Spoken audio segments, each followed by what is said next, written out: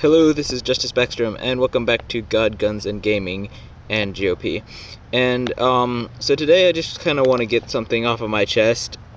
So, my history professor is, like, really hardcore leftist, and it's actually kind of crazy. Like, he literally rationalizes Hitler. Hitler!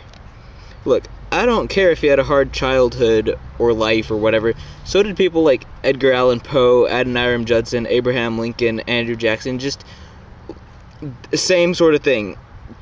Look it up and think. Look, you may not like them, but look, you gotta admit they accomplished a lot, and much better people than Hitler.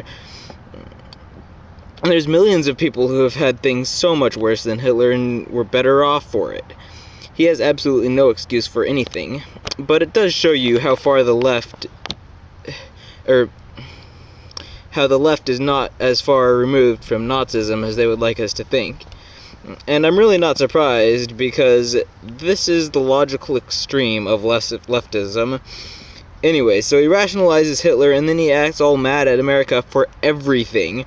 For fighting in World War II, for not stopping Mao Zedong. Seriously, dude, make up your mind.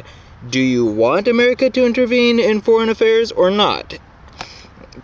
And then he says that every war America has ever been in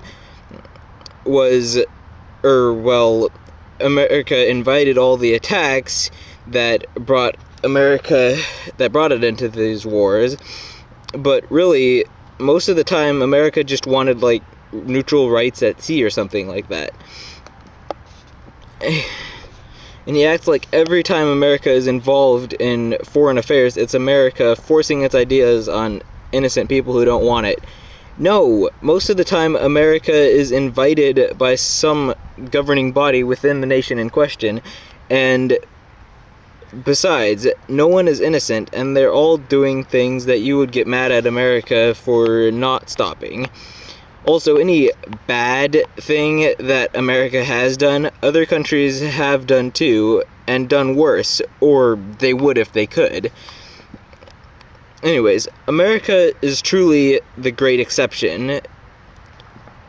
It's exceptional particularly for its government, which is, quote, of the people, by the people, and for the people, end quote.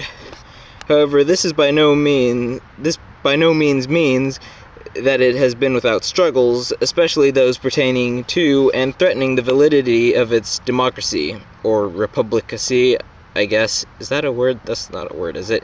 Republicness? That works. America has faced many threats to its exceptionalism and many exceptions to its system of government.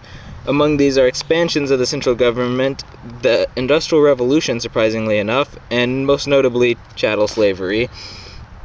The federal government has undergone several expansions from its original state, as it was set up through the Constitution.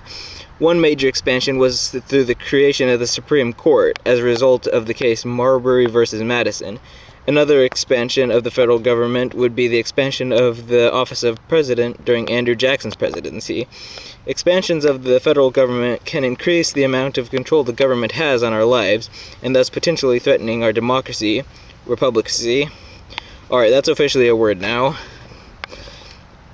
The American Industrial Revolution, likewise, had its own effects on American exceptionalism. Now, with the Industrial Revolution came lots of new money and lots of control, but only for those who owned the mills and factories. However, for people who they employed, it brought lower wages, longer workdays, and less control over what they did, even when they weren't working. Lastly, and most obviously, slavery was not exactly the best example of republicacy and equality.